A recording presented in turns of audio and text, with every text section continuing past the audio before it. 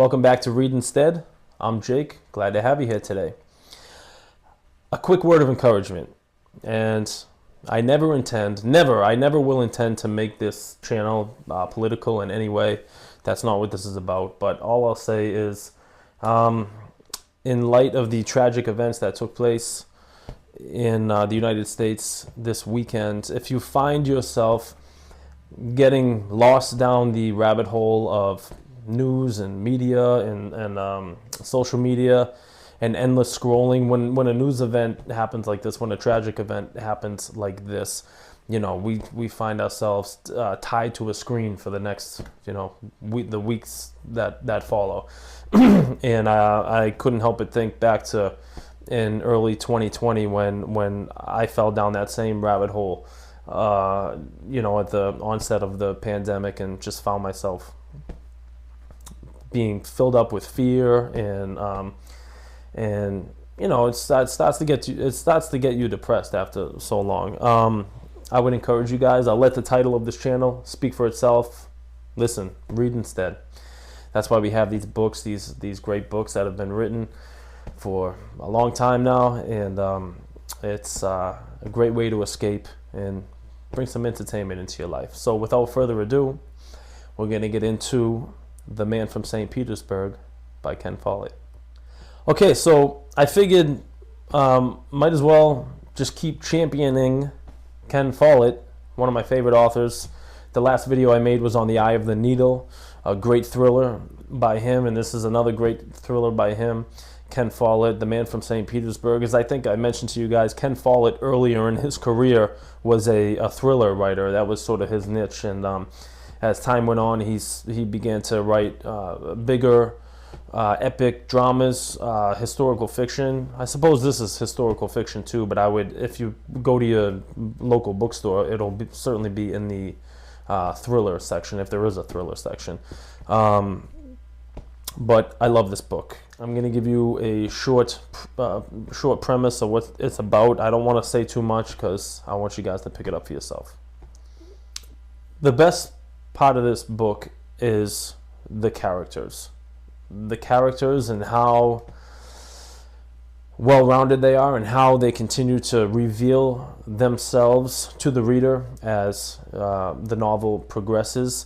This book takes place right at the onset of World War I, where I'm no history buff when it comes to World War I, but apparently there was some sort of an arms race between the nations surrounding Germany, England, and Russia also.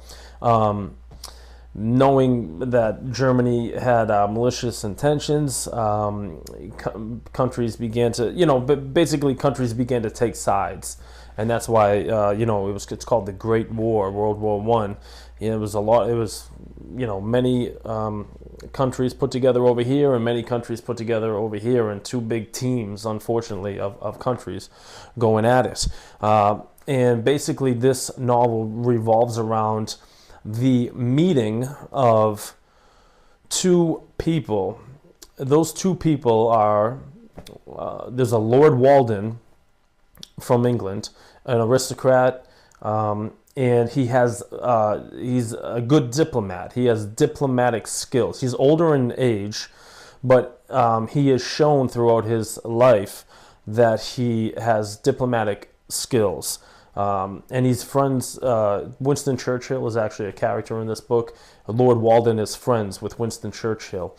And he is meeting with the son of the Russian Tsar by the name of, the son's name is Prince Alexei. And he is coming to England to basically form a military alliance, more specifically a naval military alliance, in the reaction to Germany beginning to be aggressive, again, at the onset of World War I. That's sort of the overlying backstory to The Man from St. Petersburg. Some of the more intimate characters that you get to meet in this novel, three in particular, one out of those three really in particular, but the Lord Walden has a wife, a much younger wife, by the name of Lydia, and she grew up in Russia and was a Russian aristocrat, and sort of an arranged marriage sort of thing for political gains and stuff like that. That's why they got married, and this is later on. They've been married now for 20 something, over 20 years it seems at this point when the novel first begins.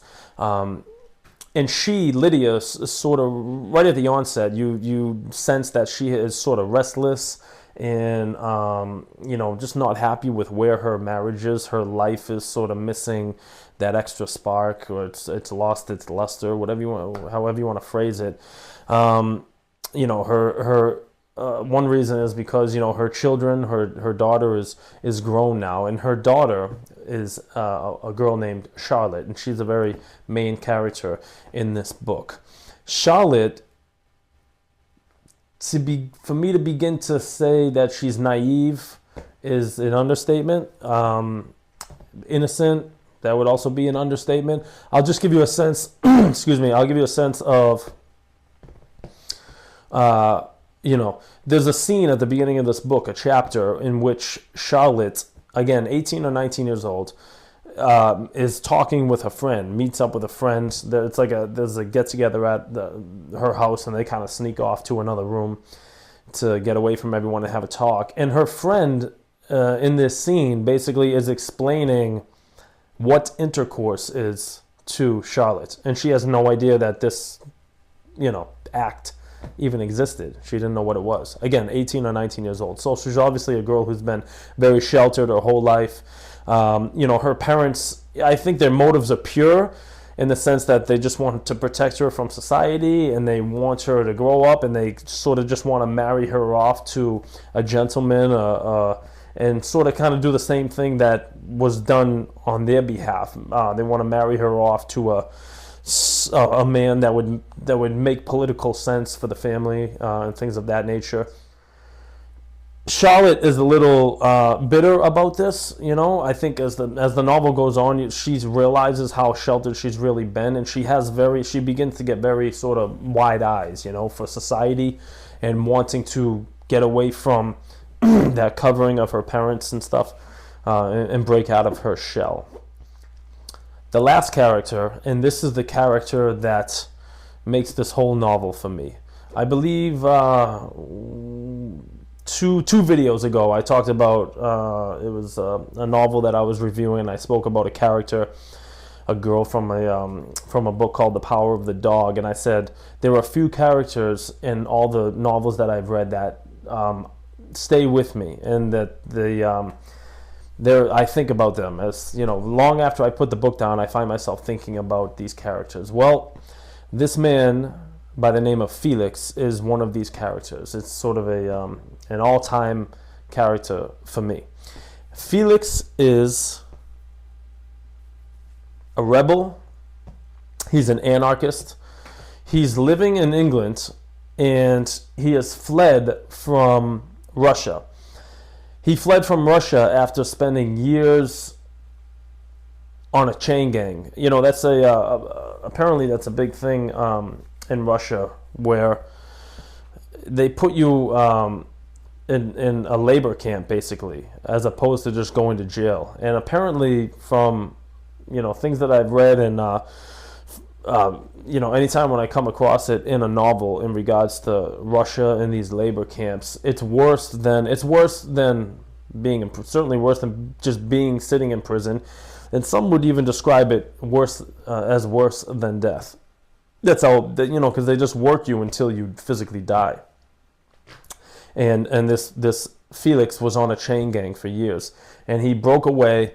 And the novel even flashes back to when he breaks away and that journey he takes from getting out of the country of Russia, and it's just like insane. I mean, the guys, he would have to like break into somebody's farm and eat their livestock, just like kill their livestock and eat it. He was living like an animal basically, and that's what he had to do to get away from the stronghold of a Russian labor camp. So the bitterness and the strife that Felix has within himself is so well written in this book. And I'm going to say something. I hope you guys don't judge me on this. This is the premise of this novel. Felix, that the Russian anarchist who's broken away from Russia and come to England, wants to assassinate Prince Alexei, the one I spoke to you about, who's having that meeting with Lord Walden. He wants to assassinate him out of just for many reasons. And Ken Follett will bring you into the mind of Felix. And that's basically what this novel is about. The craziest thing, I'm going to say something, and again, I hope you guys won't judge me, but this is how good of a writer, in my opinion, Ken Follett is. When I was reading this book, I was sympathetic to Felix, and I almost wanted Felix to succeed. I mean, I hope that's like kind of a bold statement, right? Well, I'm just being honest with you guys. From the point of view of Felix, he wants nothing more to assassinate this prince, and he tries many different methods and many attempts too throughout the novel, and I found myself rooting for him. It was like, it was insane, and the reason why is because Ken Follett writes his mind so well, that bitterness and that anger that he has being an anarchist and wanting. And he just wants to destroy this alliance that Russia and Britain are trying to make, and I just found myself starting to become sympathetic towards him. I never thought that. I never thought I would read a novel and become sympathetic, basically towards the minds of a terrorist. But I feel like it's okay for me to say that, because at the end of the day, it is fiction. It's fake. But that's how I just wanted to share that with you guys, to let you know how well written this book is. As time goes on throughout the novel, I'm not going to say how or anything, but Felix finds himself tied to Lord Walden's family in a few different ways. And that's all I'll say. I'll just leave it there. And it starts to get really intense. But more than anything, I think the thing that attracted me to this novel, it's certainly very suspenseful and thrilling. And as you get towards the end of the novel, it's very fast-paced, and it's like minute by minute you're waiting to see what's going to happen. But the thing that was the most entertaining to me is Felix, and how well the inside of his mind and the thoughts that he sort of because it's Ken Follett writes in point of view from chapter to chapter, and every time it got to Felix's chapter, he's describing the turmoil that's going on in his mind, and why he wants to do what he wants to do, carry out an assassination. And you can't help, I couldn't help but I couldn't help but understand him. I think that's probably the best way to put it. I couldn't help but understand him, and I think that's a lot to say. So similar to The Eye of the Needle, this is not a big read. I think it's 300 pages, right around there anyway. I think if anything that I talked about in this review seems interesting to you, I would encourage you to pick this up. The Man from St. Petersburg by Ken Follett. Take care.